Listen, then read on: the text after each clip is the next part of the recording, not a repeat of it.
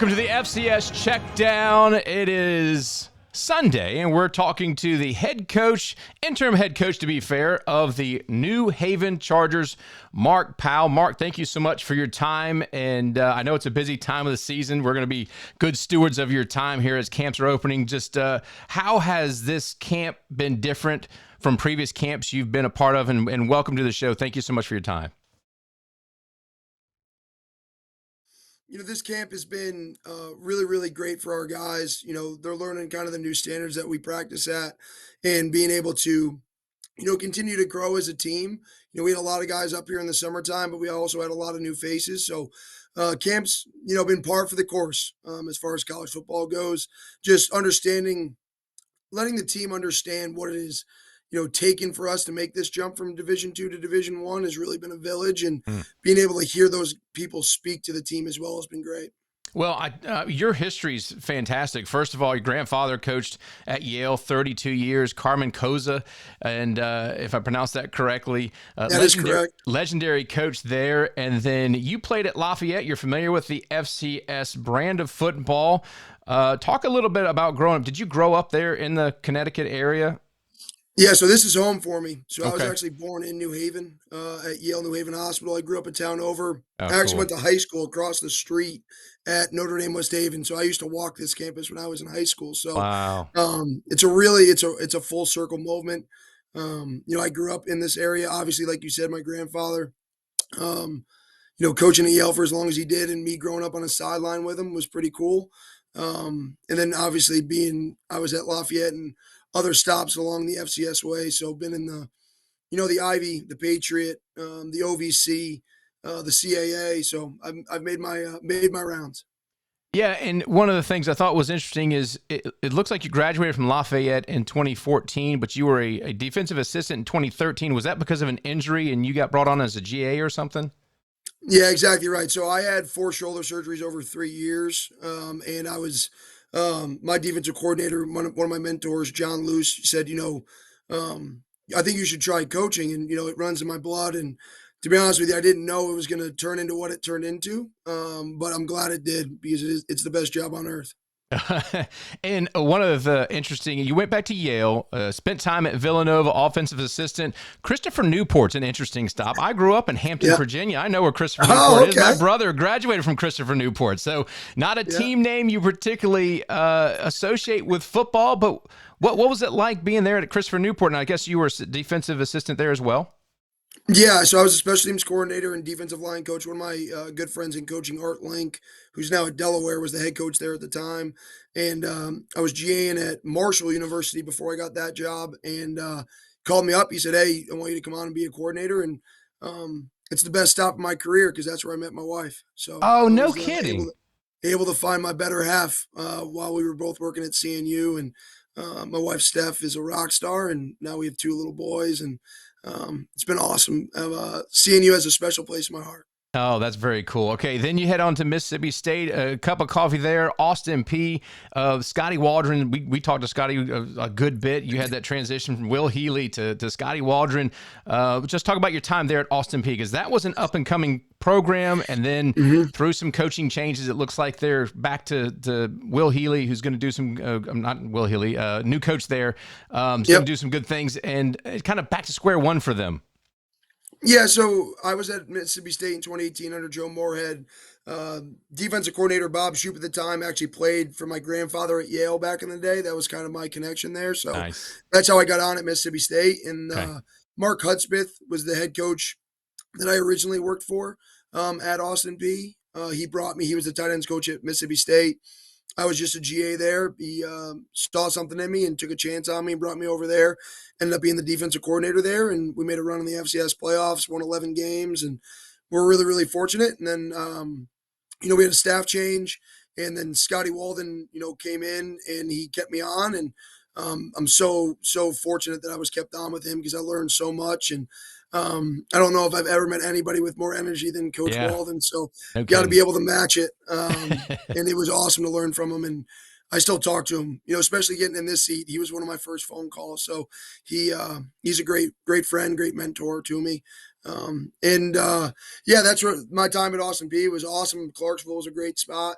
Gerald Harrison was the AD at the time when I was there, and he did a great job. And now he's on to Marshall. So that Yeah. time at Austin P, we had a lot of special people. And Jeff Ferris, by the way, is the new head coach there at Yep. Austin P, just to be fair. Then you time at Fordham, and obviously a program that had really great culture, great success Yep. at the FCS level. Talk about that stop. Yeah, it was awesome. Joe Conlon, the head coach there, is an awesome coach.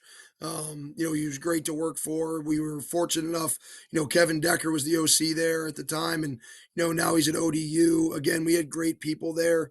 He did an unbelievable job on offense, and we just tried not to mess it up on defense, and we were able to win a lot of games there, and get to the playoffs, and for the first time in a long time at Fordham, and it was a lot of fun, and they were a bunch of great guys, and Joe was great to work for. It was awesome to get back in the Patriot League too. Yeah. And obviously playing in that league, it was cool to, get back closer to home as well. Moving back up into Connecticut during that time. And you took a little break. It looks like a family business, Cookie 39, if my research does right. Spent time. Well, your father owns a bakery there in New Haven. Yep.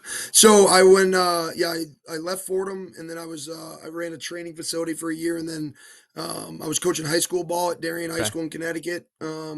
Made a couple state title game runs, which was a lot of fun. Getting back to kind of the roots of football, the purest Right. form is high school. I truly do believe that, and that was really really cool.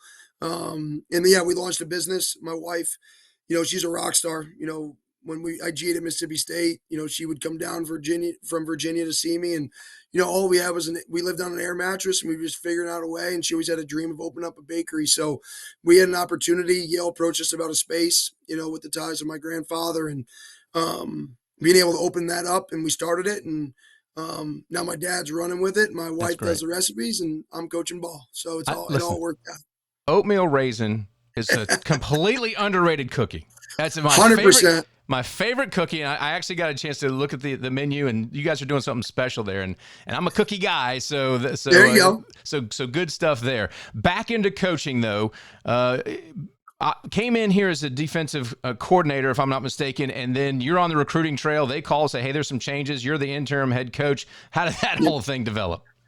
Yeah, so I took a D2 DC job, I don't know, 6 months ago, and did no idea that this was going to happen. But yeah, I was on the road, got called off the road, got put in a different seat, and immediately just went to work. That's all I really know how to do. I've worn a lot of different hats in life, and Yeah. especially in the football world. And um, one of our we have 5 core values of our program, and the last one is find a way.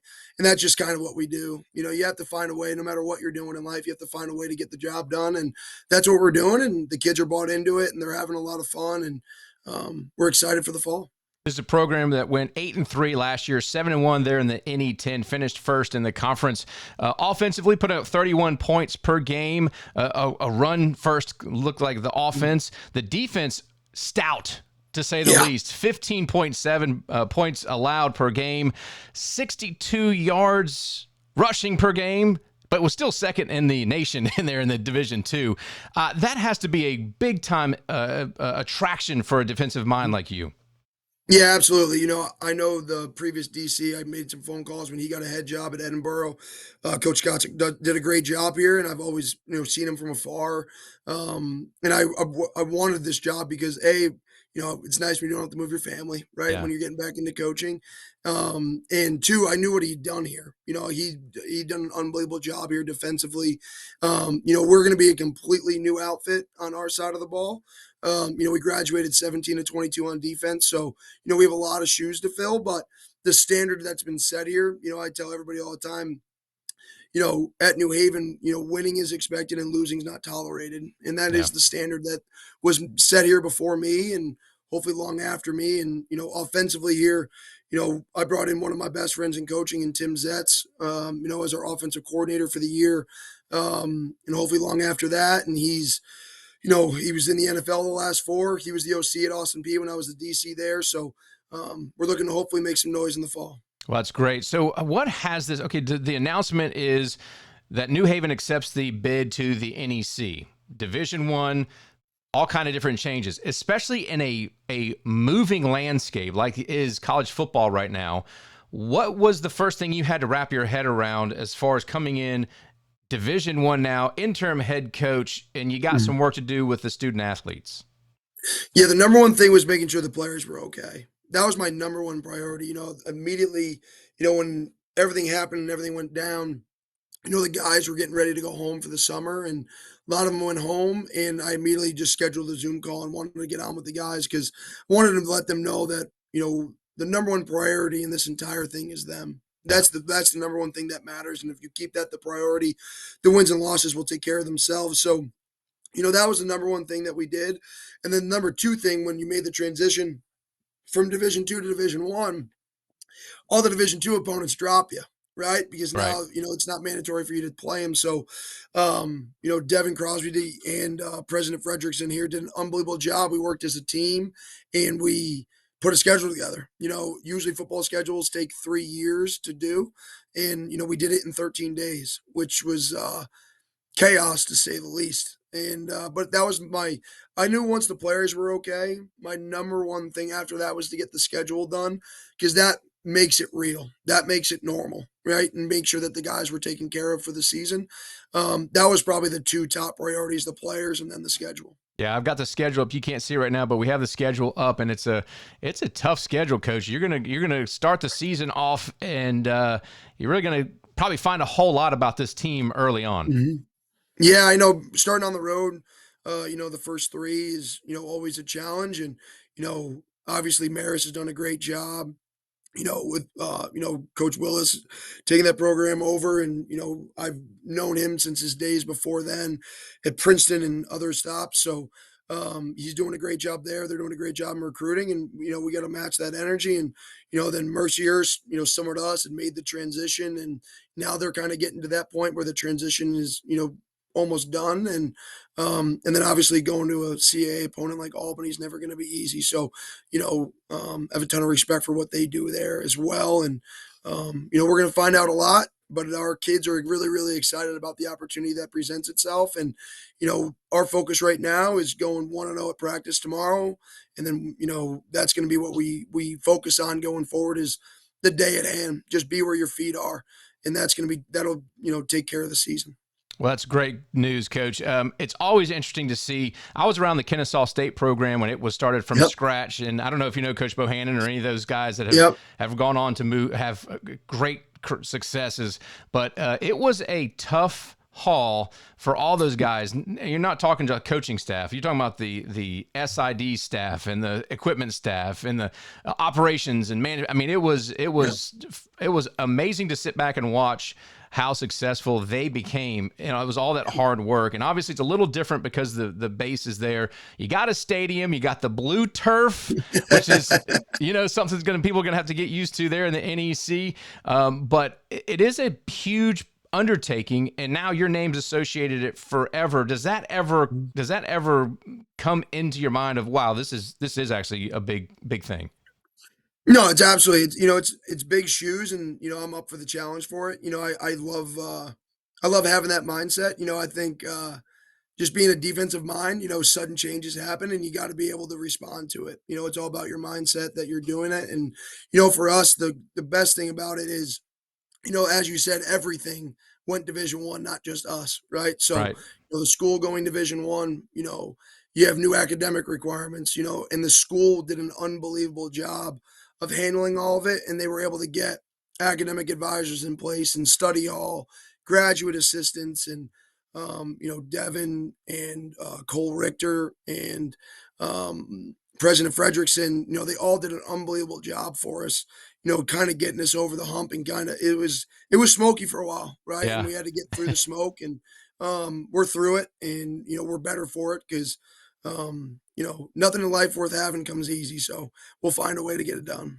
Well, let's talk about this football team on the field. Obviously, we talked about the accolades from a season ago. How does it change? You talked about some new players coming in. Are you looking at every single position as far as a camp battle? Yeah, I would say so. I mean, I always tell our guys all the time, you're only as good as your previous day, right? That's Right. all you are, right? So being able to attack it with that mindset, and we're trying to find the best guys to play. We might have to move some positions around, and that's what camp's all about. You Right. try to figure out your depth chart and make sure that you have the right pieces in the right spot, because that's what's going to win you football games. Not because they came in as something, but what are they going to do to help the team win, right? And be the best version of themselves. So everything's open. We did do a good job, with the transfer portal and some young guys, and we have some older guys that kind of waited their time. Hmm. Obviously graduating 17 out of 22 on defense. There were some guys that were learning from great players, and now they think it's their time to, show up. It's their time to do it now. So we're really, really excited. I think we did a good job in the transfer portal recruiting wise, and we're excited for all the position battles that we have going on during camp. So one thing that I think Missouri State was notorious for was there's a season they brought in a ton of transfers and they didn't really gel with the returners that were coming back. Is that something you think about as you bring in players and personalities and how you gel a team to be a team? The number one thing that I always look at when you're bringing in a transfer, right, Hmm. is would you recruit this player out of high school, right, as a person, Hmm. not as an athlete, right? Because obviously they're in the portal and they're going to be, some of them are going up, some are going down, but would you recruit them as a person, right? Because that's the number one thing that we look at within recruiting, right? Is are they going to, join the family the right way? Because that's what I Right. talk about all the time with all of our players, right? Like, my wife and my kids are going to be at every practice, right? They're going to be over, my wife and my kids are at my house, and I have every position group over to eat. That's what I believe in, break bread Cookies. together. Yeah, cookies. They're always there. You know it. Love it. And, would you want them to be around you? Would you want them to be around your family? And I think if you vet people the right way and you understand who they are as people, then obviously the next piece of it is, can they play for you? Right? Hmm. Obviously. Are they going to help you elevate your game to the next level? And I think a big piece of it too is understanding on recruiting visits, having the players involved, and asking them honestly, hey, are you good with this guy being your teammate? And actually having some real conversations with your current roster, because that's something that's really, really important in today's day and age in college football. You can transfer as much as you want and all the Yeah. rest of it now. So you got to make sure that you're bringing in people that are going to buy into what you're doing from day one, not day 365, but day Right. one. You got to make sure that the guys are coming in the right way. And one of the things I think that gets lost, and because the wins and losses are really your job, right? It's your livelihood. How does loyalty play into it when you've got team players that have been there and because you're new to the program, they may be loyal to the university, to the colors, to the badge they're wearing, to the name on their jersey. How does loyalty play into when you're trying to make a roster and you got a guy that may have been there waiting his turn and a transfer comes in and now you've got to make a really tough decision? For me, it's about everybody understanding that everything we do is always about the program, right? And it's about the school, it's representing Mm. it the right way. And, I believe that if you're scared of competition, you're not going to be the right one to represent us, right? You have to, nothing in life is given, right? And Right. I think that, during the recruiting process, I also tell everybody, I'm just going to give you an opportunity. Whatever you do with that opportunity is up to you, right? Some guys will take that opportunity and run with it. And, when right now, like during camp, we're doing a camp series, and the thing that we're doing this camp is telling everybody our whys, as a coaching staff. And I think that that's really, really important for our kids to kind of humanize us a little bit. Yeah. The old And I think Simon that Sinek, once what find your why? Yeah. find your why, right? Yeah. So, and once they hear that and they understand that, for me, my why is, the players and our staff and making sure that everybody is good.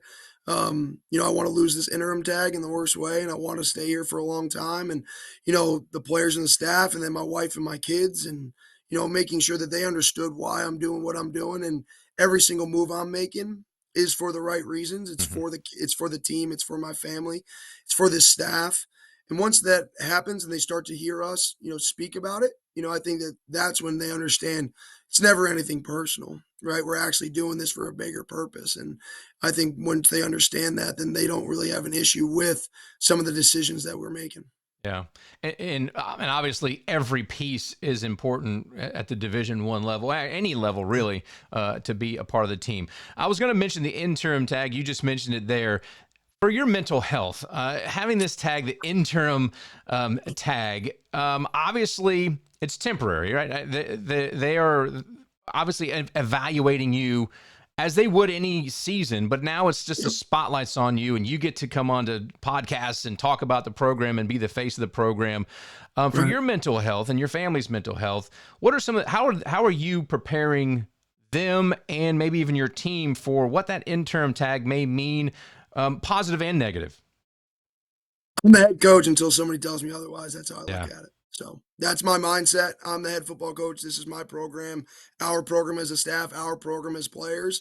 And, that's my job. And that's all I can do. I'm going to do what I can control, what I can control. And I'm the head football coach here until somebody tells me otherwise. So I'm going to just rip and run. And I only know one way to do it. And I'm just going to do it a million miles an hour, as hard as I possibly can. And hopefully that speaks for itself. Well, Coach, I told you, you got the coach's voice. That's down pat. 100% you got the coach's voice. That's probably a lot of the yelling at camps. But listen, I really do appreciate you taking the time. We want to get to know your program and promote your program here at the FCS Checkdown.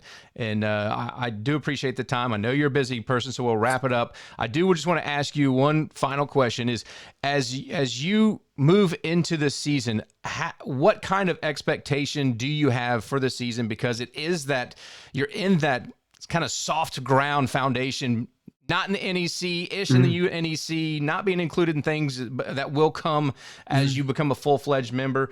How are you approaching the season with expectation? Yeah, the NEC has been awesome. Good. The conference really has done a great job helping us. We're playing some NEC, teams this year. So, you know, it's I always look at a season, no, even when I was just defensive coordinator, and it's are you developing players? Are you developing staff members? Are you developing the team, right? Hmm. And if I can say yes, then that's a successful season. And developing usually means winning, right? But I'm not going to just look at winning and losing this year. I'm really going to look at it as are we becoming the best version of ourselves, right? On and off the field, academically, athletically, socially, doing all the things to become a complete student athlete. And that's how I'm going to look at it, not the wins and the losses this year. We're just going to continue to try to become the best version of ourselves. And you know, that is going to set the standard going forward, right? And the Yeah. wins will come, right? As long as we're living up to that standard and doing it our way, that's what I know will take care of itself when it comes to the wins. And I really appreciate you having me on. And the University of New Haven is an extremely special place.